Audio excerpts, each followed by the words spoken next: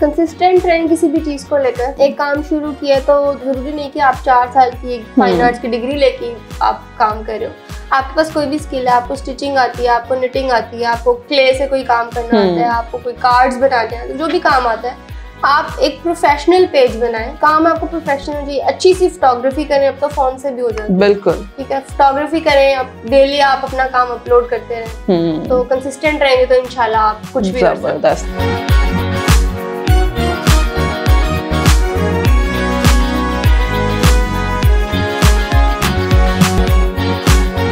अस्सलाम वालेकुम एवरीवन, मैं हूं आपकी होस्ट मुआफिया मलिक। हम और आप विद PNY के एक न्यू शो के साथ। जैसा कि आप सब लोग जानते हैं, PNY एक ऐसा इदारा है जहां हम हज़ारों की तादाद में स्टूडेंट्स को डिफरेंट स्किल सिखाते हैं ताकि वो अपनी प्रोफेशनल लाइफ और अपनी फाइनेंस को बेहतर कर सके। इसी का एक पोर्टफोलियो है PNY पिंक, जिसमें हम टारगेट करते हैं स्पेशली ख़वातीन को, किस तरह से ख़वातीन अगर कुछ करना चाहती हैं, घर से निकल कर अपना कोई प्रोफेशन चूज़ करना चाहती हैं या अपने पैशन को एग्जीक्यूशन में लाना चाहती हैं, तो किस तरह से अपना एक नाम बनवा सकती हैं। बहुत सी ख़वातीन हम देखते हैं जो ब्यूटिशियन हैं, और बहुत सी हम देखते हैं जिन्होंने हेल्थ साइंसेस की तरफ अपने आप को लेकर गई हैं, डॉक्टर हैं, डिफरेंट फील्ड में मर्दों के शाना बशाना काम कर रही हैं। तो आज हम बात करेंगे बड़े ही एक डिफरेंट मौजू पे, एक डिफरेंट स्किल पे बात करेंगे। हम देखते हैं बहुत सी लड़कियों को शौक होता है फाइन आर्ट्स का, कैलीग्राफी का, और वो इस चीज़ को अडॉप्ट भी करना चाहती हैं, लेकिन बहुत से चैलेंजेस भी हैं बीइंग अ गर्ल जो हमें अपनी सोसाइटी में देखना पड़ते हैं, और उन चैलेंजेस को ओवरकम करके हम अपने आप को एक फील्ड में लेकर आते हैं और अपना नाम भी बनवाते हैं। ऐसी ही एक शख्सियत हमारे साथ मौजूद है। हम उनसे बात करेंगे उनके प्रोफेशन के हवाले से भी, और स्पेशली हम उनकी कुछ ऐसी ड्राइंग्स भी देखेंगे जो बहुत ज़बरदस्त उन्होंने एग्जीबिशन में एग्जीक्यूट भी की हैं। तो वेलकम करते हैं हम मिस समारा शाहिद को, जो कि फाइन आर्ट की लेक्चरर भी हैं। अस्सलाम वालेकुम मिस समारा, कैसी हैं आप? मैं ठीक, थैंक यू सो मच, आपने मुझे इनवाइट किया। Thank you so much Samara आपके टाइम के लिए। अच्छा मिस, हम देखते हैं कि जब बहुत सी लड़कियों को इस फील्ड का बड़ा शौक होता है ड्राइंग वगैरह का, तो वो घर में एक छोटे लेवल पे स्टार्ट करती हैं, लेकिन इसको प्रोफेशनली ऑप्ट नहीं कर पाती हैं, तो क्या कहेंगी आप इस बारे में?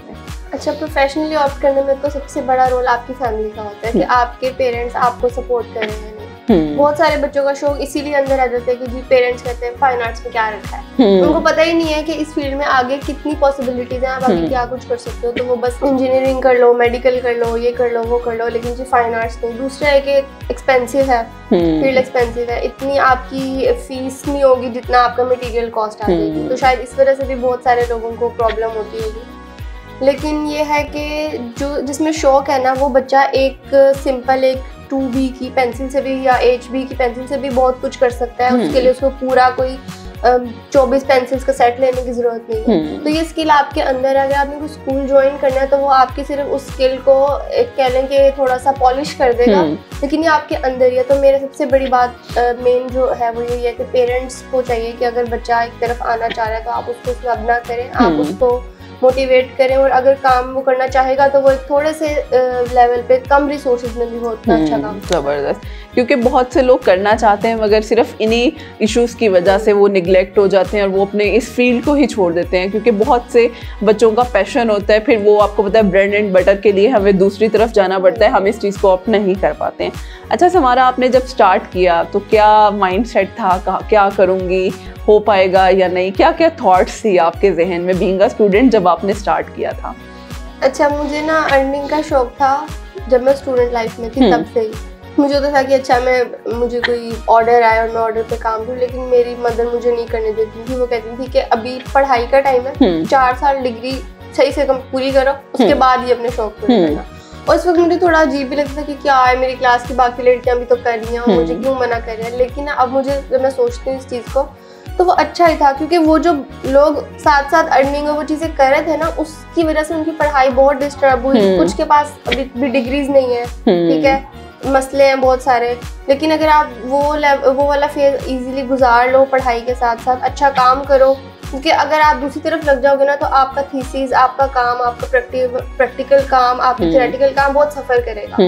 तो वो 4 साल अच्छी तरह लगा लो, एक काम में फोकस होके कर लो, तो उसके बाद फिर आपका काम खुद ही से इतना अच्छा होगा कि आपको लोगों को कहने की जरूरत नहीं पड़ेगी, लोग खुद आपका काम देखकर आपकी तरफ देखेंगे। जबरदस्त।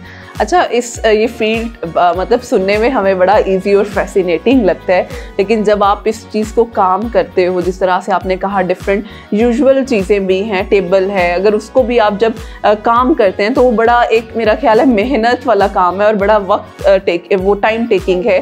तो उसमें जब आप दूसरे लोगों से इंटरेक्ट करती हैं, यानी आपको अपने चीज़ों के लिए बाहर जाना पड़ता है, डिफरेंट आप कह लें मर्दों के साथ भी इंटरेक्ट होता है, तो वो आपके लिए कैसा एक्सपीरियंस रहा, वो भी हमारे साथ शेयर करें। अच्छा, वाकई बहुत ज़्यादा काम कराने के लिए बाहर जाना पड़ता है। जैसे मेटल का काम है, ग्लव्स टूट गया, वेल्डिंग वाले के पास जाना है, अब उससे सिर्फ एक ग्लव्स जुड़वाना है मैंने, तो पहले तो वो देखेगा कि चीज़ थोड़ी आर्टिस्टिक है तो वो 200 रुपये का वैसे 2000 बोलेगा। ओके। तो पहले तो ये डीलिंग उनके साथ करनी पड़ती है कि अच्छा मैं स्टूडेंट हूँ जब थी, किस तरह से काम है, प्रोजेक्ट है। दूसरा ये कि फिर मैं चूंकि कैलीग्राफी है तो वो अरबिक लिखती हूँ मोस्टली, तो लोगों को एक तो ये कंटेंट जब किसी डमी पे लिखा होगा या किसी तवे की शेप पे लिखा होगा तो अगले बंदे को सबसे पहले तो ये लगता है कि कुछ कुरान की आयत है, ठीक है, तो वो तो सबसे पहले इस पे क्वेश्चन करता है, बाजी ये क्या लिखा हुआ है, तो कोई कहेगा बाजी आयतुल कुर्सी लिखी हुई है, कोई कहेगा ये अली लिखा हुआ है, कोई इस तरह की बहस शुरू हो जाती है। फिर मुझे पहले तो उनको समझाना पड़ता है कि भाई अरबी लिखी हुई है, अरबी एक जबान है, जैसे हम उर्दू बोलते हैं वैसे ही अरबी है,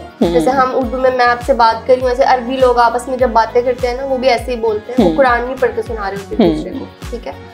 तो ये मैंने रैंडम अल्फाज लिखे हैं, फिर उनको समझाऊंगी सारा, फिर जब तक उसको समझ आ जाएगी तो वो मेरा काम कर देंगे, अगर उनको समझ नहीं आएगी तो कहेंगे आप किसी और से करवा लें। तो सबसे बड़ी तो यही मुझे मसला होता है। दूसरा फिर वो मेल्स सारे, फिर ये है कि मैं अपने फादर के साथ चुके हर जगह जाती हूँ, इस तरह की कि मुझे अंदरून लाहौर और इस ऐसी जगहों पे जाके काम कराने होते हैं, मटेरियल लेने और इस तरह, तो यह कि साथ होते हैं मेरे फादर, तो मुझे वो रहता है। लेकिन यह कि खुद भी आपको ना चारों तरफ देखना पड़ता है, लोग आ रहे हैं पूछ रहे होते हैं कि क्यों बैठी हुई है दुकान पे इतनी देर तक, तो बस ठीक है, खुद भी करना पड़ता है इंसान को, फिर आपके साथ सपोर्ट है तो फिर उससे बिल्कुल।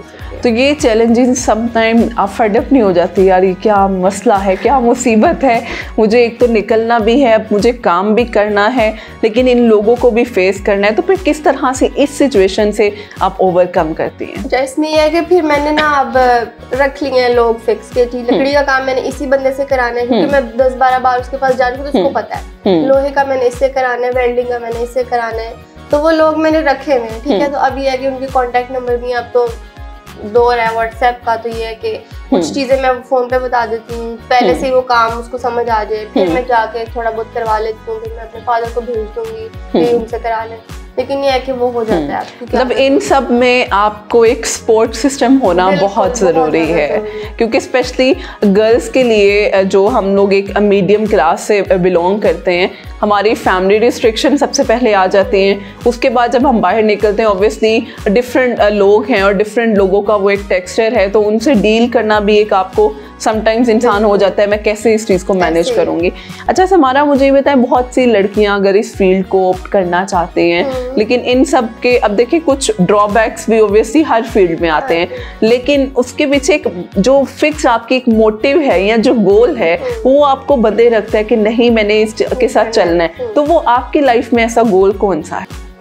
स्टूडेंट लाइफ में ही मेरा एक गोल सेट हो चुका था कि भाई जब मैं पढ़ रही थी तो मुझे क्वेश्चन आते थे ना कि अच्छा क्या करती है, तो फाइन आर्ट्स कर रही है, कैलीग्राफी करती है, अच्छा वो क्या होती है, तो अच्छा वो बैनर्स पेंट करती है, या अल्लाह ताला के नाम इस्लामिक वो लिखती है चीज़ें ना, तो तभी से मुझे था कि ये ऐसे क्यों कहते हैं, मतलब इसका मतलब कैलीग्राफी का मतलब सिर्फ यही तो नहीं है ना कि मैं यही करूँ। तो तभी मैंने सोच लिया था कि मैंने काम ही कुछ ऐसा करना है जो पहले ना देखा हो किसी ने, और इस गोल को अचीव करने में, इस मोटिव को अचीव करने में मेरे टीचर्स का बहुत बड़ा रोल है, जिन्होंने अच्छी तरह रगड़ा दे दे के जो है ना वो काम निकल पाया।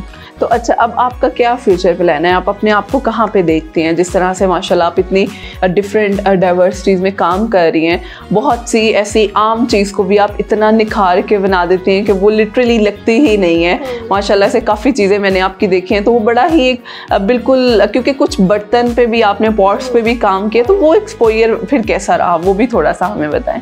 वो बहुत अच्छा रहा काम मेरा, और मुझे उस पर बड़ा अच्छा फीडबैक मिला। पहले मैंने एक देगची बनाई थी सिर्फ, तो वो तो मेरी थीसिस के फौरन बाद सेल हो गई। फिर उसके बाद मुझे अच्छा रिस्पांस आया लोगों का, तो फिर मैंने मजीद मेटल पे काम शुरू किया था।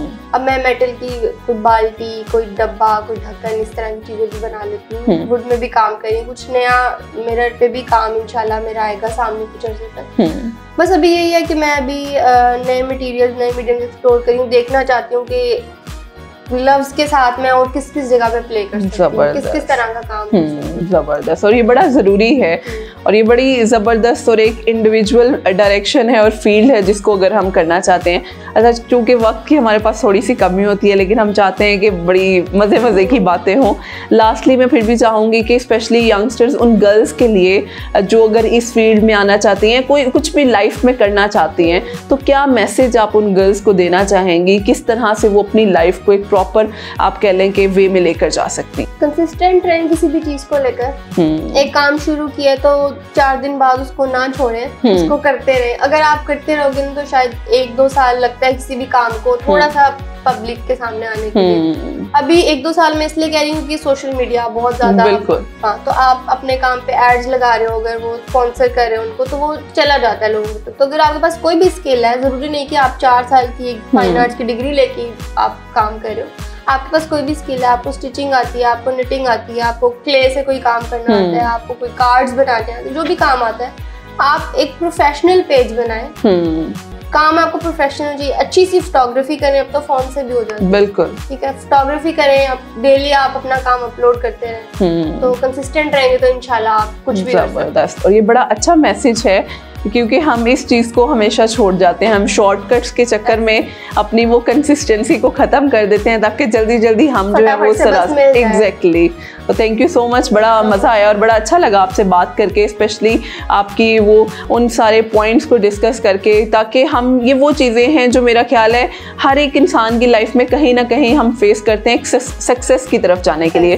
क्योंकि सक्सेस हमें लगता है कि वो एक स्पून फीडिंग है, बस ईजीली हमें मिल जाएगी, लेकिन कभी भी ऐसा नहीं होता। आपको बहुत सी हर्डल्स और चैलेंजेस को देखना पड़ता है, और उनको जितने अच्छे से आप टैकल करते हैं, मेरा ख्याल है ये आपकी सक्सेस की तरफ जाने का सबसे पहला स्टेप होता है। थैंक यू सो मच हमारा, बहुत अच्छा लगा आपसे बात करके, and thank you so much all of you. इंशाल्लाह उम्मीद करते हैं आपको कुछ ना कुछ एक नया पॉइंट सीखने को मिला होगा। फिर हाजिर होंगे एक नए गेस्ट के साथ नए शो में। अल्लाह हाफ़िज़।